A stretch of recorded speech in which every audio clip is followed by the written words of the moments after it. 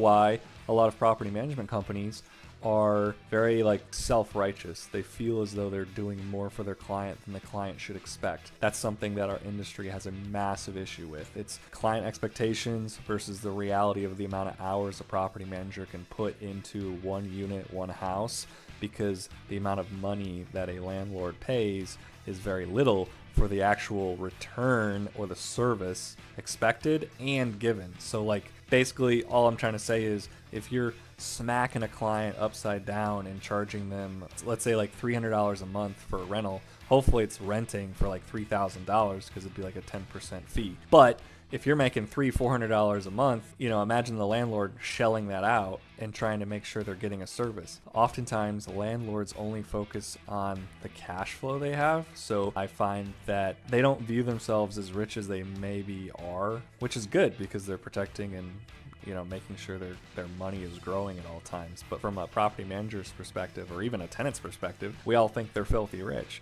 Come on, man. The reality is somewhere in the middle, but most units, if you're lucky, only have a couple $100s of cash flow, and that's what the landlord is going to use to pay the property manager. The expectation of that is what I'm trying to go over, which is the landlord expects it to be filled in 4 weeks time, let's say, and that's pretty realistic. But then for a property manager, they're thinking, man, I got to do all this for like a couple $100. Like, this is just insane. Are you serious?